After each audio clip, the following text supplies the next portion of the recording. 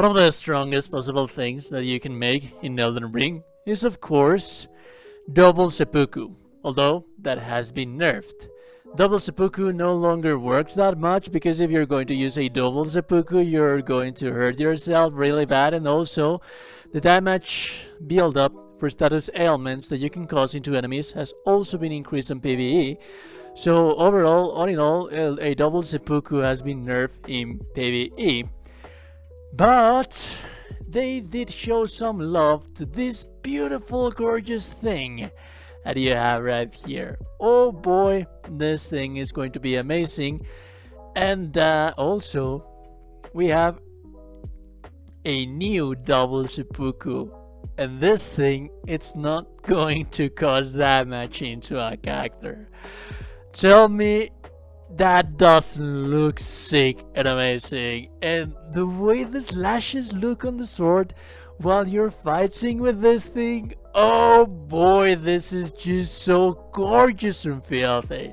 What is up, you damn gorgeous and beautiful gamers? Welcome back to Role Playing Games. This is Mariel Corner in the internet, where I like to discuss about RPGs. If you like the content, a like on the video is super appreciated, and a subscription to the channel as well. And let's get right into the matter.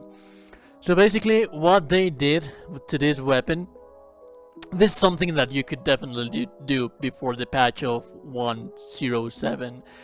But now, this thing, it's going to cause more damage.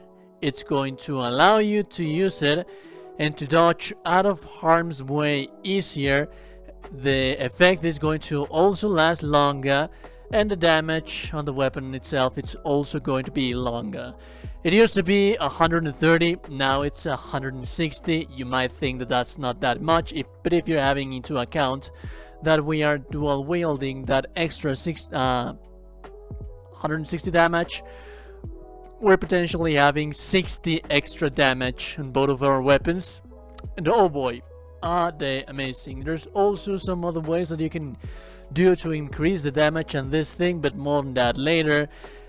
In today's video, we're going to be doing a review about the weapon, and also I'm going to tell you how to make a build out of this weapon, out of the double seppuku. So one amazing thing that we need to have in consideration about this weapon is that when we do this thing, it doesn't just gives you that extra lightning damage into your weapon. It also gives you frost build up.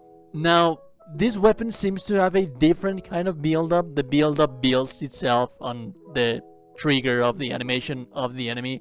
So it will definitely be easier for you to trigger Frostbite into the enemies with this thing. Downsides and upsides of Frostbite. Frostbite is an effect that causes the enemy to look like 30% of his health on one single activation, so that's huge damage for some specific bosses. But also, opposite to bleeding, this thing, it's going to remain on the enemy, and it's not actually going to change for that much for that long period of time. So for you to be able to activate Frostbite again into an enemy, you either have to use fire damage into them, but I wouldn't advise you to do that, because I actually do think that the Frostbite on itself, it's actually kind of cool, you know, because the damage on the enemy, he's going to be receiving 20% extra damage. So basically you have that 60 extra damage on your blades, but if you're actually hitting the enemy constantly, you have that 20% extra damage income from the enemy. So I would say that Frostbite is not on par on how filthy disgusting it was on bleeding, but I can tell you that with this thing you will be able to cause Frostbites into the enemies by just simply by triggering this thing. Also, the damage of this basic attack animation has been increased, but more important than that is that this thing, it's going to build the frost build up on the enemies ASAP, like you have no idea. Now, let me give you a brief example. This is New Game Plus 7, by the way, and I know that this is a kind of a weak enemy, but if we actually do this thing, and then we trigger the second one, that's more than enough for the enemy to be...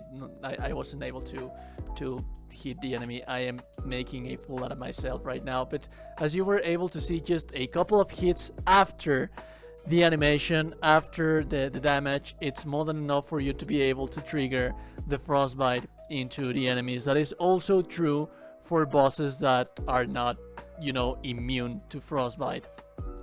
If you are planning on using this thing on bosses, it's going to cost you this thing right here and this thing right here, and after you're done, it's going to take you 2 or 3 hits to cause Frostbite on the enemy. It's going to take away 30% of the enemy's health bar, and it's also going to cause you to deal 20% more damage into the enemy, which is amazing, as you can see on the footage that I have been showing you all during the gameplay. So what kind of builds can we make with this thing?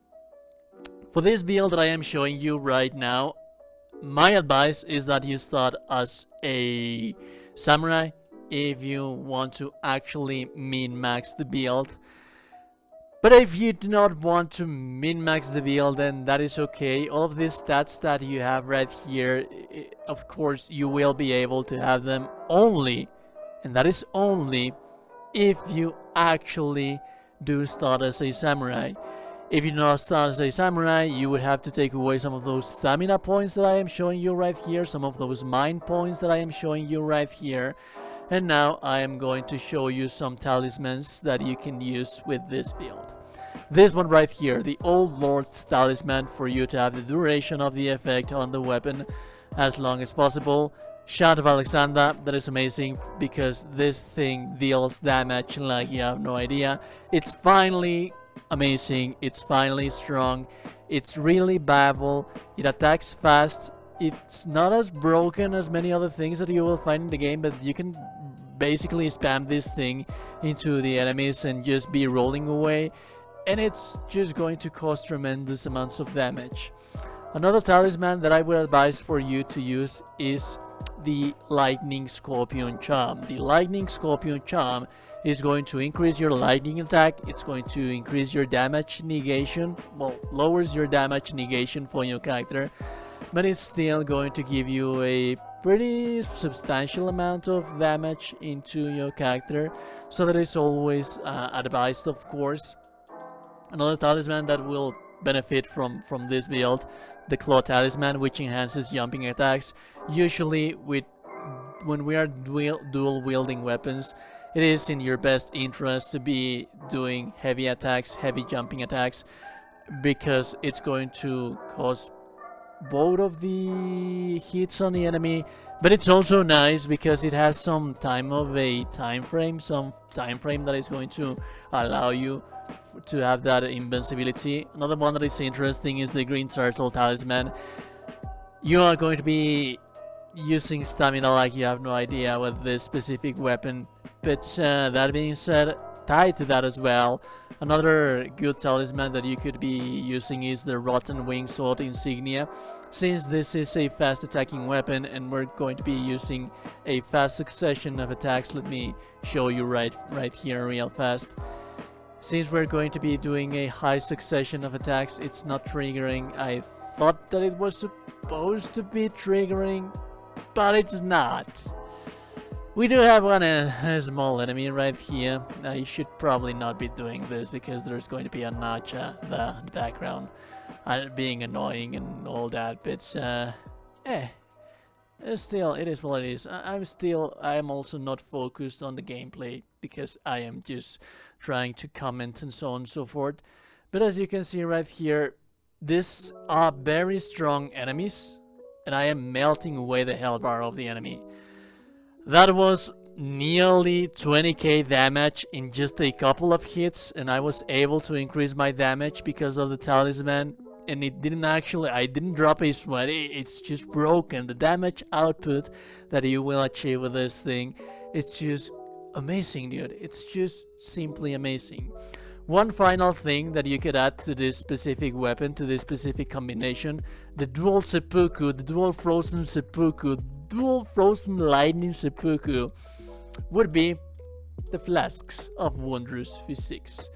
The Flask of Wondrous Physics that you are going to be using with this thing, since you are increasing your lightning damage, A lightning flask of wondrous physique would also be nice, as well as green burst crystal tear for you to have a little bit more room, breathing rooms on stamina, so on and so forth. But yeah, this is actually finally,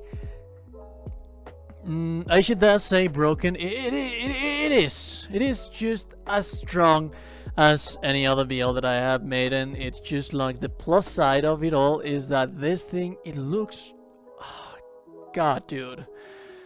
And the value of you having into consideration that you're adding that blue lightning damage into your blades that are also inflicting frostbites into the enemies, dude, it's just, I'm so glad that we can actually talk a good build out of these weapons, because it used to be trash. This katana was one of the worst of the katanas that there used to be on the game, and now with the buffs that we have on them, they are just broken amazing.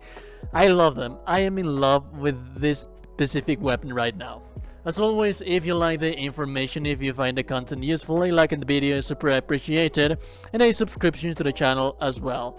Remember to stay safe out there, and remember that if no one has told you today that you're a gorgeous and beautiful person, you are indeed a gorgeous, beautiful person. Have a beautiful day, and goodbye.